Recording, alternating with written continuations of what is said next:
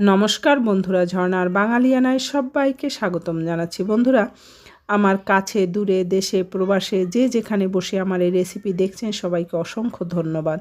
আমার যত পুরনো বন্ধু আছে তাদেরকে স্বাগতম জানাই আমার সাথে পথ চলার জন্য, আর নতুন নতুন যত বন্ধু আমার পেজে আসছে তাদেরকে স্বাগতম জানাই আমার পরিবারে আসার জন্য।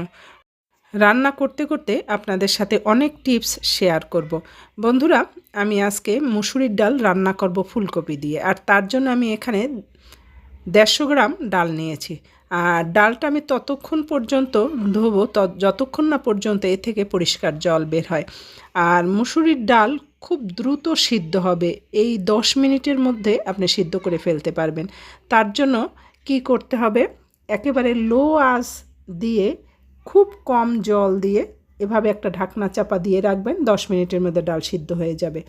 বন্ধুরা, এবার আমি ফুলকপি নিয়েছি, আর ফুলকপি আমি পুরোটা নেব না, অর্ধেকের মতো নিয়ে নেব। আর এখানে ফুলকপির ফুলগুলো আমার সুবিধা মতো আমি নিয়ে নিচ্ছি। বন্ধুরা, আপনারা চাইলে কম বেশি দিতে পারেন, আমার যতটুক লাগলো আমি ততটুকু নিয়ে নিয়েছি। বন্ধুরা, আমি চার ফালা করে, একেবারেও খুব বড় না একেবারেও খুব ছোট না, এরকম করেছি। আর ফুলকপি অবশ্যই কেটে ভিজিয়ে রাখবেন, তাহলে এর মধ্যে পোকা থাকলে বেরিয়ে যাবে, এটা অবশ্যই খেয়াল করবেন। আর ফুলকপি ভিজিয়ে রেখে তারপরে পরিষ্কার করে নেবেন। আর ফুলকপির সাথে সাথেই কিন্তু রান্না করতে যাবেন না, তাহলে কিন্তু এর মধ্যে যদি পোকা থেকেই থাকে কখনো, তাহলে কিন্তু সেই পোকা রান্নার সময় বেরিয়ে আসবে। দেখেন, আমার এদিকে ডাল সিদ্ধ হয়ে গেছে, আর খুব ভালো ডাল সিদ্ধ হয়। বন্ধুরা, আপনারা একবার হলেও ট্রাই করবেন এভাবে ডাল সিদ্ধ করার জন্য।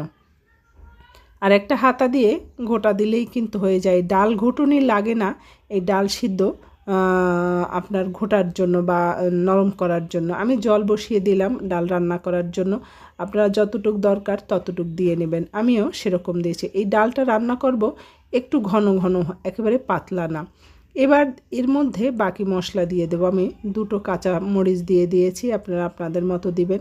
আমি ঝাল খুব কম খাই, সেজন্য কম দিলাম হলুদের গুঁড়া, পরিমাণ মতো লবণ দিয়ে নিয়েছি। বন্ধুরা, শীতের দিনে এই ফুলকপি দিয়ে ডাল খেতে কিন্তু দারুণ লাগে।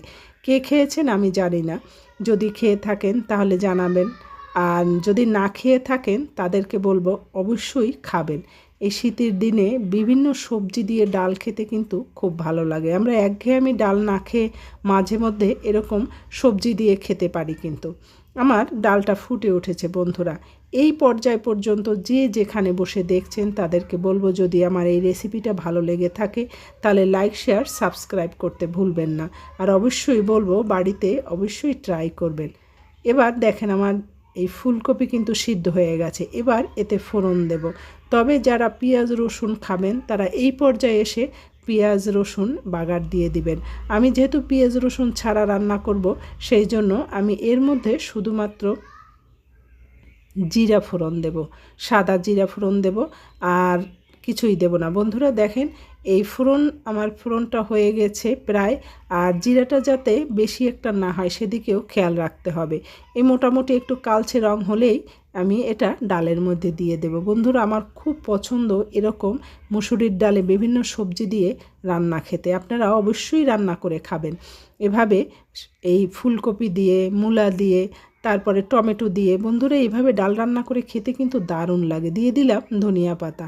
এবার একটু নেড়েচেড়ে ভালো করে ফুটে উঠলে নামিয়ে নেব। বন্ধুরা, আমার কিন্তু ডাল রান্না হয়ে গেছে। যে যেখানে বসে দেখলেন অবশ্যই বাড়িতে বসে একবার হলেও ট্রাই করবেন। আর এরকম গরম ভাতের সাথে ডাল রান্না খেতে কিন্তু দারুণ লাগে। আর দেখেন, আমি তুলে নিয়েছি। ডালটা কিন্তু খুব একটা পাতলাও না আর খুব একটা ঘনও না, মাঝারি হয়েছে। এভাবে রান্না করে খাবেন। ধন্যবাদ সবাইকে।